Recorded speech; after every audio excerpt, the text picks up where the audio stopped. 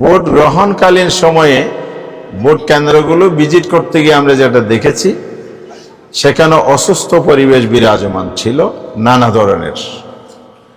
অর্থাৎ ভোট গ্রহণ সূচনা সুন্দর হলো, সমাপ্তি সুন্দর হয় নাই। এখানে জাল ভোট হয়েছে প্রচুর, কালো টাকার ছড়াছড়ি হয়েছে এবং কোথাও কোথাও হুমকি দমকি, সন্ত্রাস, মারামারি অথবা হামলার ঘটনা ঘটেছে। বড় ঘটনা না ঘটলেও সুষ্ঠু নির্বাচনের জন্য এগুলো নির্বাচনকে প্রশ্নবিদ্ধ করার জন্য বিভিন্ন উপাদান তৈরি হয়েছে এখানে। সেকেন্ড থিং হচ্ছে, যারা নির্বাচন প্রক্রিয়ার সাথে জড়িত ছিলেন মাঠ পর্যায়ে, সেখানে প্রার্থীদের পক্ষ থেকে, প্রার্থীর সিভিলিয়ানদের পক্ষ থেকে বিভিন্ন ধরনের অভিযোগ, কমপ্লেন দায়ের করা হয়েছে, কিন্তু সেগুলো কার্যত কোনো ব্যবস্থা আমরা দেখি নাই। এরপরে আইন শৃঙ্খলা নিয়োজিত বাহিনী, যৌথ বাহিনী, এখানে অস্ত্র উদ্ধারের জায়গাটাও আজকের কমিশনও একই কথা বলেছে যে এখনো 400 শতাধিক পিস্তল হারানো উদ্ধার হয়নি।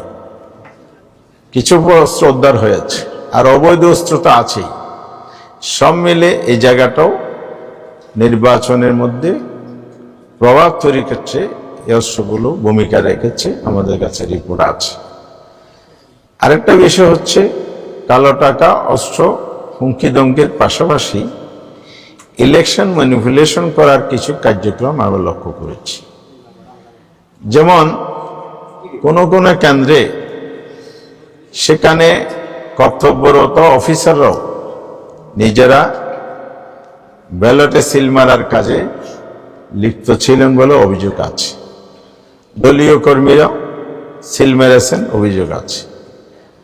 আবার ভোট গ্রহণকালে এখানে প্রতিমধ্যে বাধা দেওয়া হয়েছে, ভয়ভীতি ছড়ানো হয়েছে, ভোট কাস্টিং কম হয়েছে, ভীতিকর পরিবেশ তৈরি করা হয়েছে।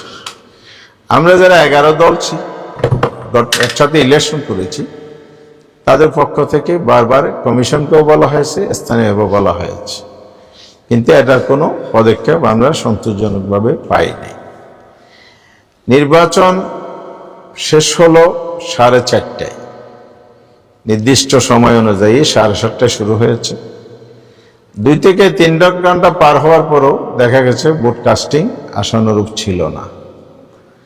আবার শেষ দিকে কিছু কিছু কেন্দ্রে যে ভোট কাস্ট হয়েছে, 4:20-এর মধ্যে যে রেজাল্টটা রেকর্ড আমরা পেয়েছি, পরে পূর্ণাঙ্গ রেজাল্ট হওয়ার পরে দেখা যাচ্ছে সেই সেম কেন্দ্রে অস্বাভাবিকভাবে ভোট কাস্টিং দেখানো হয়েছে। তাহলে এখানে ব্যালট অতিরিক্ত ব্যবহার, এক্সট্রা ব্যালট ব্যবহার হয়েছে কিনা, এটা প্রশ্ন থেকে গেল।